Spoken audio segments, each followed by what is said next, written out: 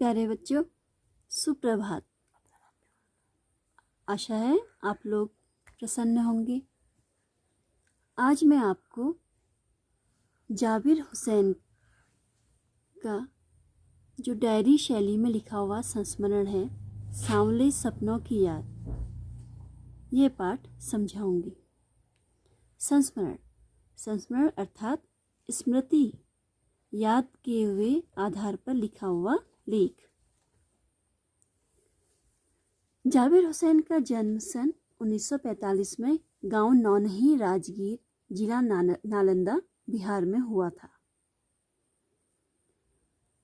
बच्चों, 1 जनवरी 1987 को सालिम अली, ये एक बहुत बड़े पक्षी प्रेमी थे, इनकी जब मृत्यु हुई तो उसके बाद जाबिर हुसैन ने यह संस्मरण लिखा और सालिम अली के जीवन पर ही यह पूरा पाठ आपका आधारित है।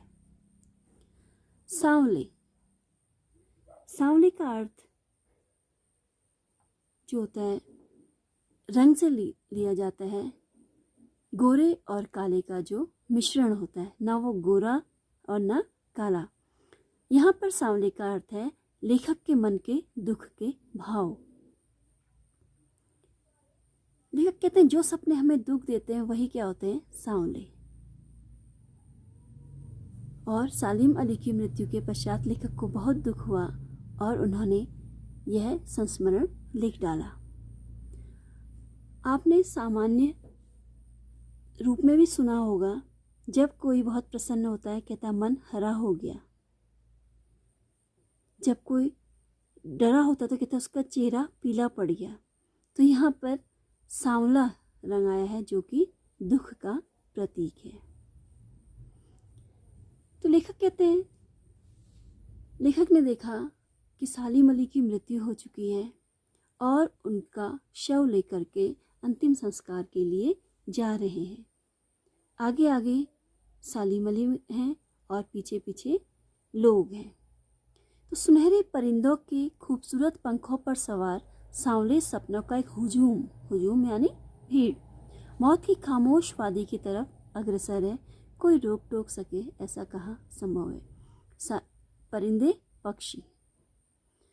सालिम अली जो थे पक्षियों से बहुत प्रेम करते थे, पक्षी प्रेमी थे। इस हुजूम में आगे आगे चल रहे हैं सालिम अली, अपने कंधों पर सैलानियों की तरह अपने अंतहीन सफर। अंतहीन, अब उन्होंने दोबारा आना नहीं है, लेकिन यह सफर पिछले तमाम सफरों से भिन्न है। क्यों? क्योंकि आज तक तो उन्होंने जो भी सफर किया, अपना सफर पूरा हुआ और वह वापस घर आ गए। पर यह क्या है, सफर अंत है, इसके पश्चात वो घर लौट के नहीं आएंगी। भीड़ भाड़ की जिंदगी और तनाव के माहौल से सालिम अली का यह आखिरी पलायन है। अब तो वो उस वन पक्षी की तरह प्रकृति में विलीन हो रहे हैं जो जिंदगी का आखिरी गीत गाने के बाद मौत की गोद में जा बसा हो। कोई अपने जिस्म की हरारत और दिल की धड़कन देकर भी उसे लौटाना चाहे तो वह पक्षी अपने सपने के गीत दोबारा कैसे गा सकेगा, अर्थात वह दोबारा पैदा नहीं हो सकता। कोई व्यक्ति उन्हें चाहे, अगर वो बहुत प्रेम भी करता हो, बहुत चाहे भी कि मेरे शरीर की गर्मी, दिल की धड़कन, मतलब मैं अपने प्राण सालिम अली को दे दूं और उन्हें जीवित कर दूं, तो ये क्या है, असंभव है। अब ऐसा नहीं हो सकता क्योंकि उनकी मृत्यु हो चुकी है। मुझे नहीं लगता कोई इस सोए हुए पक्षी को जगाना चाहेगा। वर्षों पूर्व खुद सालिम अली ने कहा था कि लोग पक्षियों को आदमी की नज़र से देखना चाहते हैं। यह उनकी भूल है। ठीक उसी तरह जैसे जंगलों और पहाड़ों, झरनों और आबशारों यानी कि पानी का स्रोत, इनको वो प्रकृति की नज़र से नहीं, आदमी की नज़र से देखने को उत्सुक रहते हैं। इंसान के लिए बहुत स्वार्थी है। वह केवल अपने फायदे के लिए जो है इन सब चीज़ों को देखता है। भला कोई आदमी अपने कानों से पक्षियों की आवाज़ का मधुर संगीत सुनकर अपने भीतर रोमांच का सोता फूटता महसूस कर सकता है? इंसान क्या है, केवल अपने बारे में सोचता है, प्रकृति के विषय में नहीं कहा गया है। एहसास की ऐसी ही एक ऊबड़ खाबड़ जमीन पर जन्मे मिथक का नाम है सालिम अली। ऊबड़ खाबड़ यानी उतार चढ़ाव। सालिम अली के जीवन में काफी उतार चढ़ाव रहे और मिथक एक भ्रम।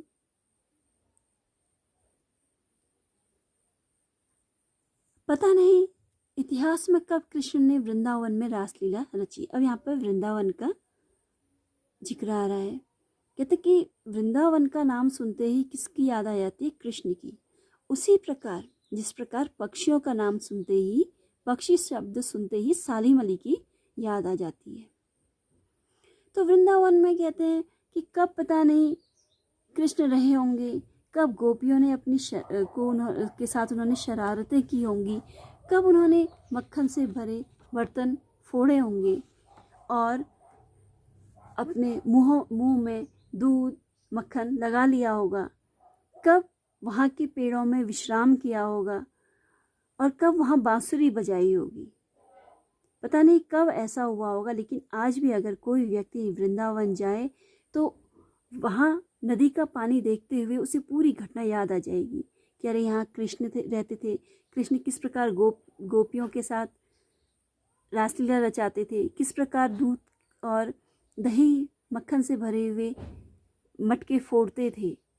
और अभी भी कह रहे हैं, ऐसा लगता है कि जो ये गलियां हैं इनमें लोग हैं, इसमें जो भीड़ है इनको चीरकर अचानक कोई सामने आएगा और बंसी की आवाज़ पर सबके कदम थम जाएंगे। कोई उनकी बंसी की आवाज़ सुन करके हर कोई क्या हो जाएगा? एकदम शांत, आश्चर्यचकित। तो अभी भी कह रहे हैं वृंदावन से कृष्ण की बांसुरी का जादू जीवित हो उठता है। लगता है कि हाँ, अभी भी यहाँ कृष्ण हैं। मिथकों की दुनिया में इस सवाल का जवाब तलाश करने से पहले एक नज़र कमजोर काया वाले उस व्यक्ति पर डाली जाए जिसे हम सालिम अली के नाम से जानते हैं। सालिम अली जो पक्षी प्रेमी थे, जिनके विषय में पूरा कहा जा रहा है, वह क्या थे? हमेशा पक्षियों के कारण कभी कहीं जाते रहते थे, जिस कारण उनका शरीर एकदम कमजोर हो गया था और ऊपर से कैंसर की बीमारी। उम्र को क्षति अर्थात 100 वर्ष, उम्र को क्षति तक पहुंचने में थोड़े ही दिन तो बच रहे थे, अर्थात उनकी जो अवस्था थी वो 100 वर्ष से कुछ दिन कम थी। संभव है लंबी यात्राओं की थकान ने उनके शरीर को कमजोर कर दिया हो और कैंसर जैसी जानलेवा बीमारी उनकी मौत का कारण बनी हो। तो सालिम अली की मृत्यु किस कारण हुई? कहते हैं कि एक तो पक्षियों की तलाश में उन्हें यात्रा करनी होती थी, कभी कहीं जाते थे, और दूसरा कैंसर। लेकिन अंतिम समय तक मौत उनकी आंखों से रोशनी छीनने में सफल नहीं हुई। उनकी आंखों की रोशनी ज्यों की त्यों, जो पक्षियों की तलाश और उनकी हिफाजत, रक्षा के प्रति समर्पित थी। उनका उद्देश्य पक्षियों की तलाश करना और उनकी रक्षा करना। सालिम अली की आंखों पर चढ़ी दूरबीन उनकी मौत के बाद ही तो उतरी थी। हमेशा उनकी आंखों में दूरबीन रहती थी जिससे वो पक्षियों को देखते थे। उन जैसा बर्ड वॉचर जो पक्षियों से संबंधित जानकारी रखता है, शायद ही कोई हुआ हो। लेकिन एकांत क्षणों में सालिम अली को बिना दूरबीन के भी देखा गया है। दूर क्षितिज भौर रेखा जो धरती और आकाश को मिलाती हुई प्रतीत होती है, वास्तव में होती नहीं है रेखा, लेकिन ऐसा लगता है कि कोई एक लाइन है और ऊपर आकाश है और नीचे धरती है। तो दूर क्षितिज तक फैली जमीन और आसमान को छूने वाली उनकी नजरों में कुछ वैसा ही जादू था जो प्रकृति को अपने घेरे में बांध लेता है। सालिम अली उन लोगों में थे जो प्रकृति के प्रभाव में आने की बजाय प्रकृति को अपने प्रभाव में लाने के कायल होते थे। उनके उनकी हमेशा से ही यही कोशिश होती थी कि प्रकृति से कोई भी छेड़छाड़ ना की जाए, बल्कि प्रकृति को और अधिक सुंदर बनाने के लिए प्रकृति की सुरक्षा की जो है हमेशा कोशिश की जाए। उनके लिए प्रकृति में हर तरफ एक हंसती खेलती रहस्य भरी दुनिया फैली थी। कुछ न कुछ रहस्य उन्हें प्रकृति में दिखता था। यह दुनिया उन्होंने बड़ी मेहनत से अपने लिए गढ़ी थी, बनाई थी, रची थी। इसके गढ़ने में उनकी जीवन साथी जो उनकी पत्नी थी तहमीना, उन्होंने काफ़ी मदद पहुंचाई थी। तहमीना स्कूल के दिनों में उनके ही साथ पढ़ती थी। अपने लंबे रोमांचकर जीवन में ढेर सारे अनुभवों के मालिक सालिम अली एक दिन केरल की साइलेंट वैली को रेगिस्तानी हवा या तूफान के झोंकों से बचाने के अनुरोध लेकर चौधरी चरण सिंह से मिले थे, जो कि उस समय प्रधानमंत्री थे। तो सालिम अली तत्कालीन प्रधानमंत्री जो समय के प्रधानमंत्री थे चौधरी चरण सिंह, उनसे मिले और उन्होंने बताया कि साइलेंट वैली जो केरल की एक घाटी है, वहाँ रेगिस्तानी हवा के कारण क्या है, उसे नुकसान हो जाएगा। अभी जो हरी भरी घाटी है वह क्या हो जाएगी, बंजर, वहाँ की रेत के कारण बंजर हो जाएगी, जिससे वहाँ पेड़ पौधों को भी नुकसान होगा और पशु पक्षियों को भी नुकसान होगा। ये समस्या उन्होंने प्रधानमंत्री के सामने रखी। प्रधानमंत्री चौधरी साहब जो थे वो गांव की मिट्टी पर पड़ने वाले पानी की पहली बूंद का असर जानने वाले नेता थे। वो धरती से जुड़े हुए नेता थे, ग्रामीण क्षेत्र के नेता थे। तो वो समझ गए कि हाँ, सालिम अली ने जो बात कही है ये वास्तव में पर्यावरण के लिए क्या है, एक बड़ा गंभीर खतरा है। और सालिम अली की बात सुनकर उनकी आंखों में क्या हो गए, आंसू आ गए कि सालिम अली प्रकृति के कितने प्रेमी हैं, प्रकृति के प्रेमी हैं और इन्हें कितनी चिंता हो रही है। आज सालिम अली नहीं है, चौधरी साहब प्रधानमंत्री भी नहीं है। कौन बचा है जो अब सौंधी मिट्टी पर उगी फसलों के बीच एक नए भारत की नींव रखने का संकल्प लेगा? प्रकृति के प्रति इतना चिंतित कौन होगा? कौन बचा है जो अब हिमालय और लद्दाख की बर्फीली जमीनों पर जीने वाले पक्षियों की वकालत करेगा, उनके विषय में सोचेगा? सालिम अली ने अपनी आत्मकथा अपने विषय में जो लिखी जाती है उसका नाम रखा था फॉल ऑफ अ स्पैरो, गौरैया, जो चिड़िया हमारे घर के आसपास भी फुदकती रहती है। तो एक चिड़िया का गिरना। मुझे याद आ गया D.H. लॉरेंस की मृत्यु के D.H. लॉरेंस की मौत के बाद लोगों ने उनकी पत्नी फ्रीडा लॉरेंस से अनुरोध किया। अब यहाँ पे D.H. लॉरेंस का नाम क्यों आया? क्यों? लेखक ने जब सालिम अली को देखा तो उन्हें D.H. लॉरेंस की याद आ गई। क्यों? क्योंकि D.H. लॉरेंस भी क्या थे, प्रकृति प्रेमी। यही कारण है कि सालिम अली को देख करके लेखक को D.H. लॉरेंस की याद आ गई। तो एक बार लेखक ने उनकी पत्नी फ्रीडा लॉरेंस से अनुरोध किया, विनती की कि तुम अपने पति के बारे में कुछ लिखो। फ्रीडा चाहती तो ढेर सारी बातें लॉरेंस के बारे में लिख सकती थी, लेकिन उसने कहा मेरे लिए लॉरेंस के बारे में कुछ लिखना असंभव है, कुछ भी लिखना असंभव है। उन्होंने कहा कि मुझे महसूस होता है कि मेरी छत पर बैठने वाली गौरैया, उनकी छत पर जो गौरैया बैठती थी वो लॉरेंस के बारे में ढेर सारी बातें जानती है। क्यों? क्योंकि लॉरेंस क्या थे, प्रकृति प्रेमी, पशु पक्षी पौधे सबसे प्रेम करने वाले थे। मुझसे भी ज़्यादा जो है कहती हैं कि वह जानती है लॉरेंस के बारे में। वो सचमुच इतना खुला और सादा दिल आदमी था। मुमकिन है लॉरेंस मेरी रगों में, मेरी हड्डियों में समाये हो, लेकिन मेरे लिए कितना कठिन है उनके बारे में अपने अनुभवों को शब्दों में पिरोना। मैं जो है उनके बारे में बहुत यादें हैं पर मैं कह नहीं पाती। मुझे यकीन है, कहती है, कि मेरी छत पर बैठी गौरैया उनके बारे में और हम दोनों के ही बारे में मुझसे ज़्यादा जानकारी रखती है। जटिल प्राणियों के लिए सालिम अली हमेशा एक पहेली बने रहेंगे। जब सालिम अली छोटे थे तो एक बार उनके मामा ने उन्हें तोहफे के रूप में एयर गन ला करके दी।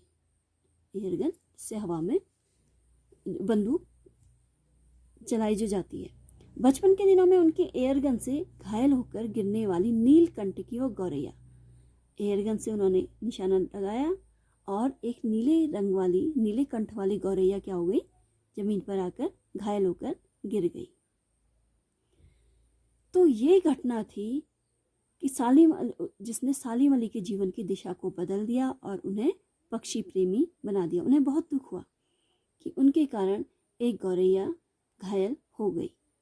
फिर वह उसे अपने घर ले गए और उसकी सेवा करी और इससे उनके मन में क्या हो गया, परिवर्तन आ गया। तो इसीलिए वो कहते हैं कि उनकी एयरगन से घायल होकर गिरने वाली नीले कंठ की वह गौरैया सारी जिंदगी उन्हें खोज के नए नए रास्तों की तरफ ले जाती रही। इसके बाद वो पक्षी प्रेमी हो गए और रोज रोज प्रतिदिन नई नई जगहों में जाकर के पक्षियों के विषय में जानकारी इकट्ठा करने लगे। जिंदगी की ऊंचाइयों में उनका विश्वास एक क्षण के लिए भी डिगा नहीं।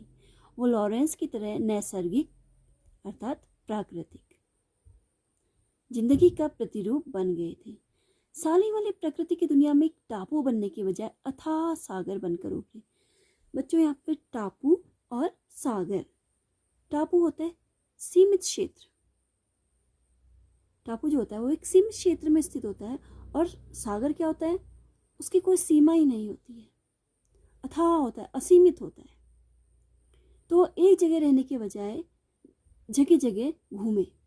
जो लोग उनके भ्रमणशील स्वभाव और उनकी यायावरी घूमने की आदत से परिचित हैं, उन्हें महसूस होता है, उन्हें लगता है कि वो आज भी पक्षियों के सुराग में ही निकले हैं।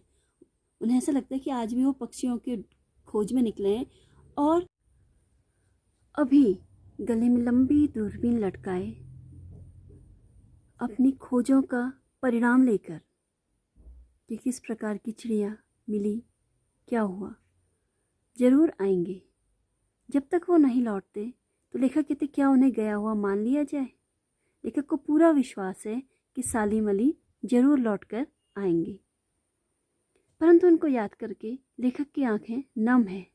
लेखक बहुत दुखी हो गए और उनकी आंखों में आंसू आ गए। वो पूछते हैं कि सालिम अली तुम लौटोगे ना, अर्थात हे सालिम अली तुम जरूर लौटना। धन्यवाद।